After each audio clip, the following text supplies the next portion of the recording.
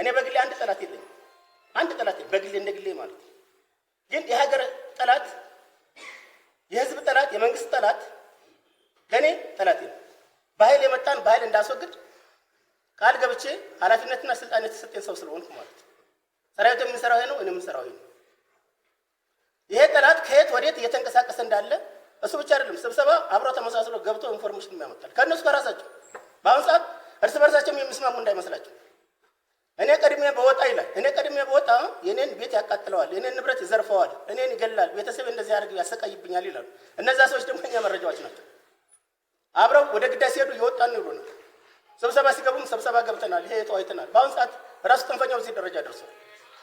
እዚህ ደረጃ የደረሰው ግን ህዝብ መጀመሪያ ከመንግስት በመዋቅም ባለመዋቅም አጭበርብረውት ወደ እነሱ አብሮ ስለነበር አሁን ደግሞ ነቅቶ ወደ አላስፈላጊ መሆኑን አውቆ ወደ ቀልቡ ከተመለሰ በኋላ ያደረገው እንቅስቃሴ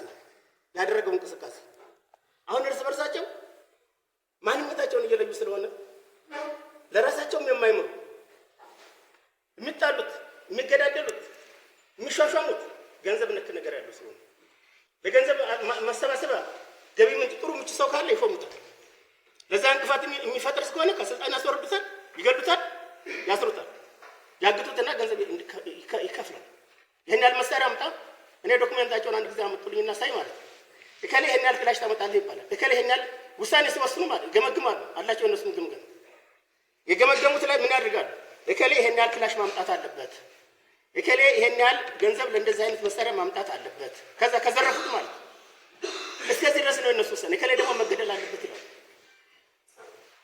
ተረዳችሁ አባባሌ? በጥቅም ላይ ነው ውሳኔያቸውን፣ በጥቅም ነው፣ ገንዘብ ነው፣ ሹመታቸውም ገንዘብ ነው፣ እንቅስቃሴያቸው ሁሉ ገንዘብ። ትግሉ የነሱ ትግል የገንዘብ ማሰባሰቢያ ነው፣ ዘረፋ፣ ጉንብድና። ከዛ የመንገድ መዝጋቱ፣ ሰው ማገቱ፣ ተማሪ እንዳይማር ሰው እንዳይሰለጥን ማድረጉ፣ ይሄ በገሃድ በውጭ የምናየው በገሃድ ትልቁ ማለት ነው። ውጭ ጠላቶቻችን ይሄን ይፈልጋሉ፣ እንዳንሰለጥን፣ እንዳንማር፣ እንዳንለማ፣ ሰላም እንዳይኖረን፣ አንድነት እንዳይኖረን። እነሱ ደግሞ ተቀጥረን ስራ ይሰራሉ።